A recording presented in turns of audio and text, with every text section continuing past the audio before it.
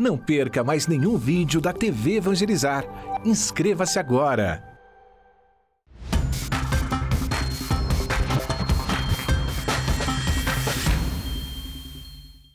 Olá, você está no Viajando pelo Conhecimento. Que bom que você está aqui conosco. Lembre-se, essa nossa versão estendida, ali pelas 8h30 da manhã no sábado, e também temos as nossas pequenas inserções com você ao longo da programação, aquele programinha de 2 minutos também do Viajando pelo Conhecimento. Beleza? Hoje eu estou aqui com o Felipe. Como é que está, Felipe? Tudo bem? Tudo ótimo. Estou aqui com o Felipe e nós vamos conversar, e eu acho que você está vendo já as figuras aqui em cima da mesa conosco. Vamos conversar um pouco a respeito de impressão em 3D. Você sabe como é que funciona? Olha que peças magníficas eu tenho aqui. Mas vamos lá, vamos conversando. Felipe, essas impressões em 3D, como se faz? Como isso acontece? Que tipo de máquina é utilizado? A impressão em 3D ela começa um pouco antes da máquina, na verdade. Então você precisa ter o arquivo, né, em 3D, em alguns formatos de arquivo específico, e essa máquina lê esse arquivo, a grosso modo, e deposita material em camadas para compor a peça, né? A impressão em 3D tem vários tipos de máquina que trabalham com tipos diferentes de materiais, né? Tá, e me diga uma coisa, uma pergunta de completo leigo, tá? Já sai colorido? Não. Existem máquinas que conseguem depositar materiais de cores diferentes, mas ainda é bastante limitado na criação de detalhes, né? As peças aqui que vocês estão vendo, elas são todas pintadas posteriormente ao término da impressão. Então sai numa cor só. Exatamente. E aí depois é feita a pintura. Isso. Tá. E você que faz a pintura? Você que faz a pintura. A equipe toda. Né? Aí o artista vai fazendo as pinturas, e os artistas vão fazendo a pintura. Tá. Dá para mostrar aqui de perto, aqui, meu câmera? Nosso ilustre Pelé, o nosso câmera, gente finíssima, né? Câmera, quanto a gente finíssima eu exagerei, né, gente? Mas olha só a riqueza de detalhes da peça, né? A riqueza de detalhes dessas peças. Aqui nós temos Nossa Senhora, já numa produção também muito legal aqui, já pintada também, numa cor única, lembrando, digamos assim, um mármore, poderia dizer, de certa forma, né? Um mármore envelhecido.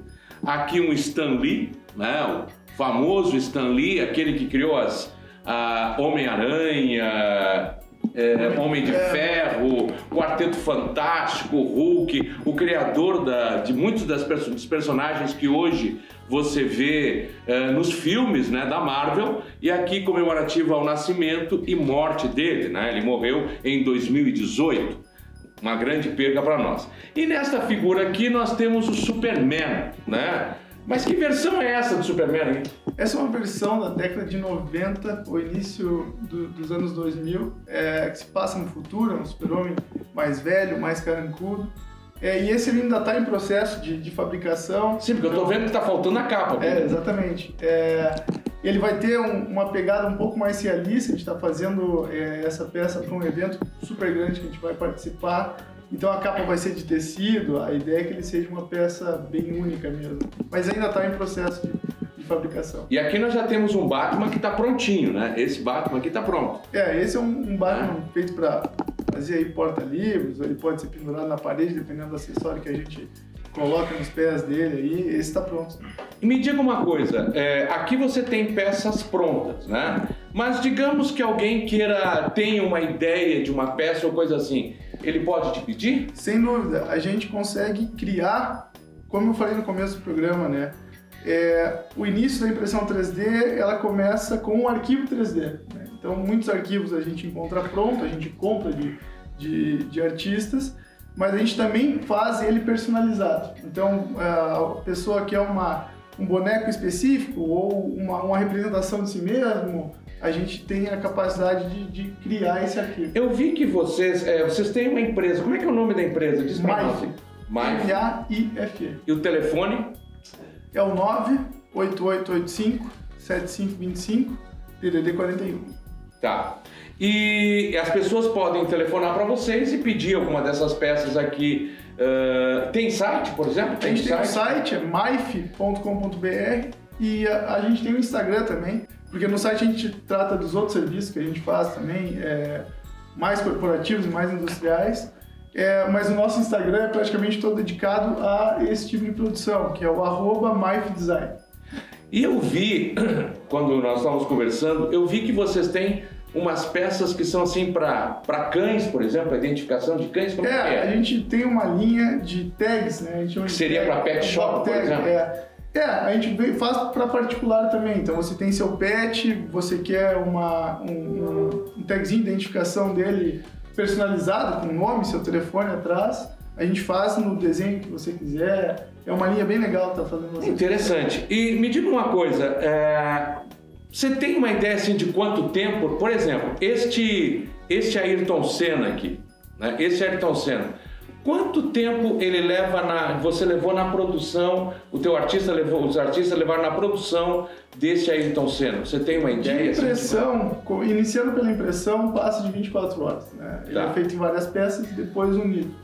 E depois, no processo de pintura, aí vão uns bons 2 ou 3 dias dedicados a isso, né? Se exclusivamente.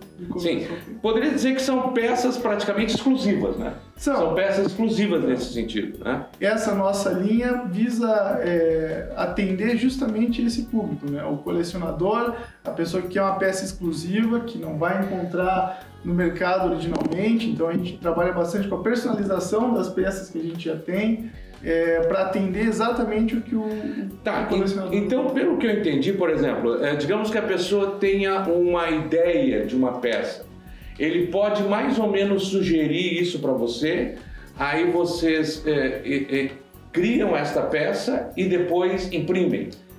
A gente tem, a equipe preparada para atender e conseguir traduzir o que o cliente tem em vontade na peça, né? Então, o cliente não precisa ter grandes imagens ou detalhes do que ele procura. Basta ali conversar um pouco com a gente faz esse atendimento inicial e vai traduzindo o que o cliente quer no esboço inicial, depois em alguns modelos 3D, até chegar exatamente no que o cliente pensa, né, e deseja. Depois disso a gente inicia o processo de impressão. E não só falando das peças de cultura pop, né, e super-heróis, mas desde peças mais técnicas para protótipos de todo tipo de ramo da indústria, de tudo e mais um pouco. Então a gente tem o corpo para... Então quer dizer, digamos, eu pretendo fazer um determinado produto, eu tenho uma ideia de um produto e quero ter um protótipo dele, quer dizer, eu quero dar uma ideia para aquele cliente que eu vou vender o meu produto,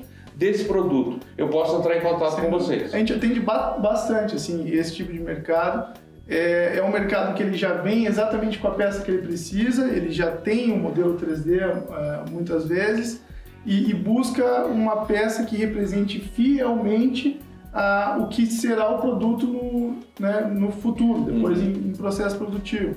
Então, a gente precisa reproduzir às vezes algum tipo de rosca, algum tipo de encaixe. A nossa equipe é preparada para isso.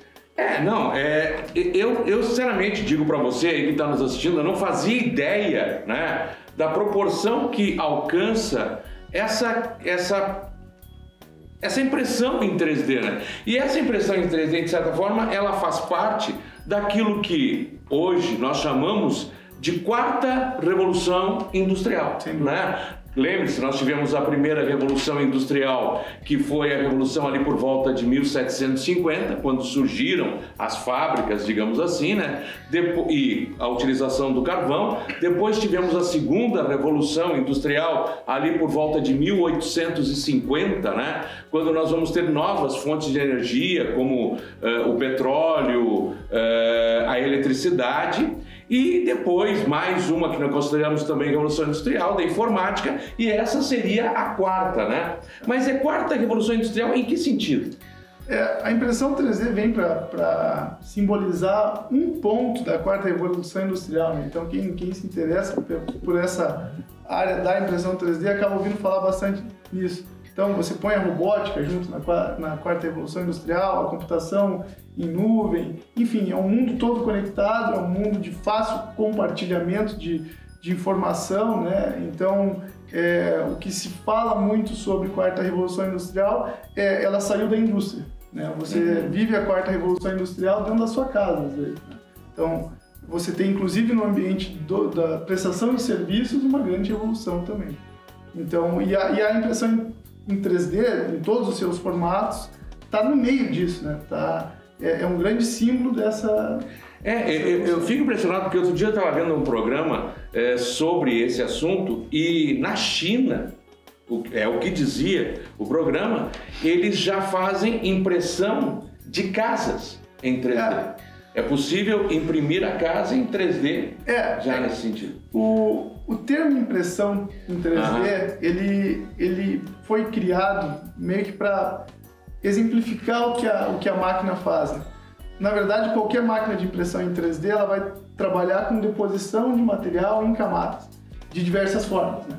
Então, a que imprime casas muitas vezes é um braço robótico que vai depositar algum tipo de argamassa, algum tipo de massa cimentícia, até posicionar alguns blocos, seja tijolo ou bloco de concreto. E o mecanismo, a lógica de operação dessas máquinas é a mesma da máquina de impressão em 3D que você tem dentro do seu escritório, dentro da sua fábrica. Embora sejam tamanhos totalmente diferentes, a lógica funcional por trás delas é a mesma. É um mundo novo, né? Eu me lembro que uma das coisas que eu sempre gostei foram filmes de ficção científica, e eu me lembro de uma série chamada Jornada nas Estrelas, né? Em que eles imprimiam muito do que eles precisavam. Eles lá colocavam lá os comandos e saía exatamente a peça que eles precisavam, do jeito de que eles precisavam, para consertar a nave de uma forma ou de outra e tal. Quer dizer, a gente alcançou o futuro de uma certa forma. Nós estamos justamente tendo aquilo que era até meio mítico, meio mágico naquela visão futurista que se tinha da tecnologia. Mas voltando a perguntar sobre aqui, eu vi aquele gato ali, ele é todo sextavado, foi feito com que objetivo, assim? Bom, esse gato aqui, ele foi um pedido de uma dona de pet shop, né, uma parceira nossa, que ele vai servir basicamente para exposição na vitrine dela no meio dos produtos que ela vende, né? Já o conceito é um conceito muito comum na internet hoje em dia, chamado low poly, diversos animais, diversos objetos que eles sintetizam esse formato em polígonos mais básicos, né? Então você enxerga ali o animal de uma forma estilizada. Não, e ficou muito interessante o formato dele, o jeito dele. E esse ele também não está acabado. Eu trouxe essa peça justamente para a gente ter uma ideia aqui. É a própria impressão 3D com a primeira camada do fundo da tinta, né? Então, já é uma peça que ainda está em construção também. Joia. E você me falou uma coisa que me deixou curioso. Você disse que a peça, ela sai em pedaços. Exatamente. Por exemplo, o Super-Homem aqui. Em quantos pedaços saiu o Super-Homem? Do joelho para baixo é uma peça, então duas, a cintura e o peito é mais uma, junto com os braços, e a cabeça é outra. Então são 2, 3, 4 peças. Só que essa é uma peça ainda que saiu em poucas peças, né? Tem outras que saem muito mais numerosas, né? Interessante, o relevo aqui todo... É interessante como a impressão ela é extremamente fiel. Aqui tem os traços da roupa, como se ele realmente estivesse com a roupa e tal. Que nem o Batman aqui, né? O Batman também. Esse Batman, por exemplo, saiu em quantas peças? Esse em torno de 5 ou 6 peças. 5 ou 6 peças também. Dê uma olhada, você que está olhando aí, dê uma olhadinha. Olha só que magnífica peça esse Batman. É o do Cavaleiro das Trevas, né? Exatamente. O Cavaleiro das Trevas do Frank Miller. O nível de detalhe da peça impressa, ele depende do nível de detalhe do arquivo que se tem, né? Então, quando a gente cria o arquivo, por exemplo, do zero, quando a gente busca esse arquivo para comprar de algum artista que já o fez, a gente busca essa riqueza de detalhes, né? Então, se você notar a própria textura do couro na máscara, isso tudo já existe no arquivo antes dele ser impresso. Tá ok. Muito obrigado então, Felipe. Foi sensacional ver essas peças. Já me apaixonei porque sou um fissurado por quadrinhos, por cinema, já fiquei realmente emocionado com essas peças. E espero que você tenha gostado também, que tenha curtido esse nosso conhecimento a respeito de impressões em 3D, que eu não fazia ideia como acontecia. Acho que você também não fazia todo o pensamento a respeito, toda a ideia do que realmente significava uma impressão em 3D. E é sensacional. Pena que você não está aqui para ver essas peças de perto. Obrigado, Felipe. Um abração, até a próxima. E, por favor, estejam conosco, hein? Um abraço, até o próximo Viajando pelo Conhecimento. Tchau, tchau.